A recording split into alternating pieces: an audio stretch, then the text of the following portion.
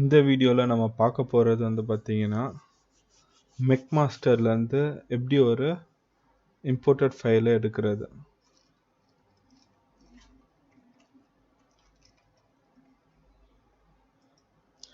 McMaster. So இதை பொறுத்த வரைக்கும் பார்த்தீங்கன்னா, இங்கே வந்து பேசிக்கான மாடல்ஸ் கொடுத்துருப்பாங்க. உதாரணத்துக்கு நட்டு, போல்டு, ஸ்க்ரூ, வாஷர் எல்லாமே. நீங்கள் ஏதாச்சும் ஒரு ஆப்ஜெக்ட் க்ரியேட் பண்ணுறீங்கன்னா, அந்த ஆப்ஜெக்ட்டுக்கு தேவையான ஃபாஸ்ட்னர் என்ன சைஸாக இருந்தாலும் அந்த சைஸுக்கு ஏற்ற மாதிரி நீங்கள் எடுத்துக்கலாம்.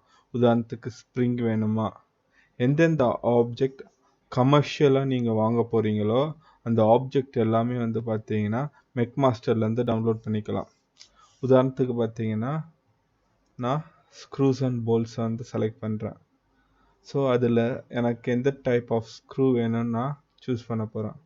ஸோ இதை பொறுத்த வரைக்கும் பார்த்தீங்கன்னா நான் இந்த சாக்கெட் ஹெட் ஸ்க்ரூவை செலக்ட் பண்ணுறேன். இதில் இத்தனை விதமான ஸ்க்ரூஸ் இருக்குது. ஸோ இந்த ஸ்க்ரூவில் வந்து பார்த்தீங்கன்னா நான் இதை சூஸ் பண்ணுறேன். ஸோ இதில் ஒரு சப்டைப் இருக்குது. ஸோ இதில் வந்து பார்த்தீங்கன்னா நான் டைட்டானியம் சூஸ் பண்ணுறேன். ஸோ இந்த டைட்டானியம் சூஸ் பண்ணும்போது பார்த்தீங்கன்னா அதோட சைஸஸ் இதுதான். ஸோ என்னென்ன சைஸில் வேணுமோ எல்லா சைஸிலும் உங்களுக்கு கிடைக்கும். உங்களுக்கு வந்து மெட்ரிக்கில் வேணுமா, இன்ச்சஸில் வேணுமா, எதில் வேணாலும் சூஸ் பண்ணிக்கலாம். இதில் வந்து பார்த்தீங்கன்னா எனக்கு 1/2 இன்ச் த்ரெட் இருக்கிறது வேணும்.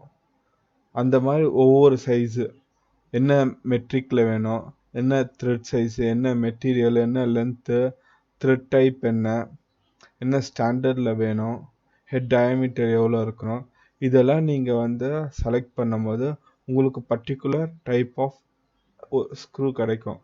அந்த ஸ்க்ரூவை நீங்கள் செலக்ட் பண்ணிங்கன்னா இந்த மாதிரி. ஸோ இதில் வந்து பார்த்தீங்கன்னா நான் வந்து இந்த 1/2 இன்ச் ஃபுல் த்ரெட்டை செலக்ட் பண்ணியிருக்கேன். அதோட ப்ராடக்ட் டீட்டெயில்ஸை கிளிக் பண்ணுறேன்.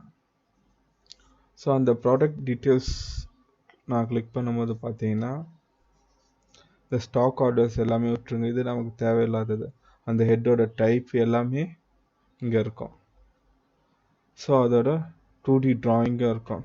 இதை பொறுத்த வரைக்கும் பார்த்தீங்கன்னா எனக்கு தேவையானது என்னென்னா இதோட ஒரு 3D மாடல் தேவை. ஏன்னா என்னோட ஒரு ஆப்ஜெக்ட்டுக்கு வந்து இந்த ஃபாஸ்ட்னரை நான் யூஸ் பண்ண போகிறேன். ஸோ நான் அந்த ஆப்ஜெக்ட் க்ரியேட் பண்ணும்போது பார்த்தீங்கன்னா நான் மேஜர் பார்ட்ஸ் என்னால் க்ரியேட் பண்ண முடியும். ஆனால் இந்த கமர்ஷியல் ப்ராடக்டான சின்ன சின்ன ஃபாஸ்ட்னஸ் எல்லாம் நான் க்ரியேட் பண்ண வேண்டிய அவசியம் கிடையாது. அதுக்கு பதிலாக இந்த மாதிரி மெக்மாஸ்டருக்குள்ளே போய் நான் எடுத்துக்கலாம். மெக்மாஸ்டர்ன்றது வந்து பார்த்தீங்கன்னா ஒரு ஸ்டாண்டர்டான வெப்சைட். இந்த மாதிரி ஆப்ஜெக்ட்ஸ் எடுக்க இதே மாதிரி நிறைய சப் வெப்சைட்ஸ் இருக்குது. ஸோ மற்ற வெப்சைட்டை கம்பேர் பண்ணும்போது இதில் கொஞ்சம் ஃப்ளெக்சிபிளாக இருக்கும். நீங்கள் ஒரு கம்பெனியில் வேலை செஞ்சீங்கன்னா மோஸ்ட் ஆஃப் த கம்பெனி வந்து பார்த்தீங்கன்னா மெக்மாஸ்டர்ஸ்லேருந்து தான் அவங்களோட ஃபாஸ்ட்னஸ் இல்லைன்னா அவங்களோட கஸ்டமர் ப்ராடக்ட்ஸ் வாங்குகிறாங்க. கஸ்டமர்ன்றது வந்து பார்த்தீங்கன்னா உதாரணத்துக்கு நீங்கள் ஒர்க் பண்ணுற கம்பெனி ஏதாச்சும் ஒரு பர்டிகுலர் மாடலில் ஸ்பெசிஃபையாக இருக்குன்னா அந்த மாடலை நீங்கள் டிசைன் பண்ணிவிடுவீங்க. அந்த மாடலை டிசைன் பண்ண முடித்த பிறகு அதுக்கு தேவையான ஃபாஸ்ட்னஸ், அந்த ஃபாஸ்ட்னஸ் எல்லாமே வந்து பார்த்தீங்கன்னா பர்ச்சேஸ் ஆப்ஜெக்டாக இருக்கும். நீங்கள் அதை க்ரியேட் பண்ணணும்னு அவசியம் கிடையாது. நீங்கள் அந்த பர்ச்சேஸ் ஆப்ஜெக்டை பர்ச்சேஸ் பண்ணால் மட்டும் போதும். ஸோ அந்த மாடல் மட்டும் நீங்கள் க்ரியேட் பண்ணிவிட்டு இந்த பர்ச்சேஸ் ஆப்ஜெக்ட் எல்லாமே வந்து பார்த்தீங்கன்னா இந்த மாதிரி மெக்மாஸ்டர் இல்லைன்னா செகண்டரி வெப்சைட்ஸில் போய் அதில் 3D மாடல் எடுத்து நீங்கள் அதில் யூஸ் பண்ணிக்கலாம். இதை பொறுத்த வரைக்கும் பார்த்தீங்கன்னா இத்தனை டைப் ஆஃப் மாடல்ஸ் இருக்குது. உங்களுக்கு வந்து 2D SolidWorks இருக்குது, 2D drawing, 2D DWG files இருக்குது, எல்லாமே இருக்குது. ஸ்டெப் ஃபைல்லேருந்து எல்லாமே இருக்குது. இதில் வந்து பார்த்தீங்கன்னா நான் என்ன எடுக்க போகிறேன்னா 3D SolidWorks ஃபைல்ஸ். ஏன்னா நான் அதில் தான் உங்களை ஓப்பன் பண்ணி காட்ட போகிறேன். சேவ். ஸோ நான் சேவ்னு கொடுத்தோன்னா பார்த்தீங்கன்னா அந்த ஃபைல் எனக்கு இங்கே சேவ் ஆகிடும்.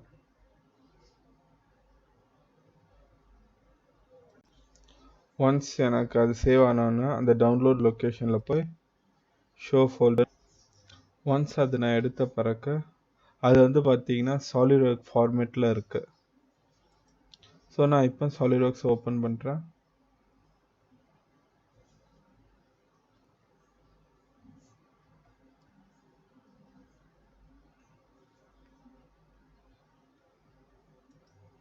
ஸோ எனக்கு இந்த SolidWorks ஓப்பன் ஆகிடுச்சு. SolidWorks ஓப்பன் ஆனோன்னா நான் இதை SolidWorksல் ஓப்பன் பண்ணுறேன். ஸோ நான் ட்ராக் பண்ணி உள்ளே போட்டேன். ஸோ ட்ராக் பண்ணி உள்ளே போட்டேன்னா அது ஆட்டோமேட்டிக்காக க்ரியேட் ஆகிடுச்சு. ஸோ நான் இதை வந்து SolidWorks மாடலாக எடுத்ததுனால பார்த்தீங்கன்னா எனக்கும் அதோட ட்ரீ ஸ்ட்ரக்சர் வந்து க்ளீனாக வந்துடுச்சு. ஸோ அதை எப்படி க்ரியேட் பண்ணியிருக்காங்கன்றதை நான் இண்டிவிஜுவலாக ஒன்று ஒன்றா பார்த்து கூட ஸ்டெப் பை ஸ்டெப்பாக கற்றுக்க முடியும். இதே மாதிரி தான் எனக்கு வேறு ஏதாச்சும் மாடல் வேணும்னா நான் மெக்மாஸ்டர்லேருந்து எடுத்துக்கலாம். ஸோ இந்த கேஸில் எனக்கு வந்து பார்த்தீங்கன்னா ஒரு நட்டு வேணும்னு வச்சுக்கோங்களேன். ஸோ எனக்கு எந்த மாதிரி நட்டு வேணுன்றதை செலக்ட் பண்ணுறேன். செலக்ட் பண்ணிவிட்டு ஸோ லாக் நட்டு என்ன நட்டுன்னுட்டு நான் இங்கே சூஸ் பண்ணிக்கலாம் நட் டைப்பை.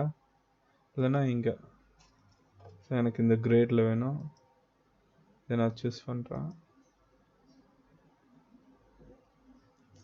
Save SolidWorks. ஸோ SolidWorksஸாக இதை நான் சேவ் பண்ணுறேன். ஸோ அதே மாதிரி தான் அது டவுன்லோட்ஸில் இருக்கும். டவுன்லோட்ஸில் இருக்கிறத நான்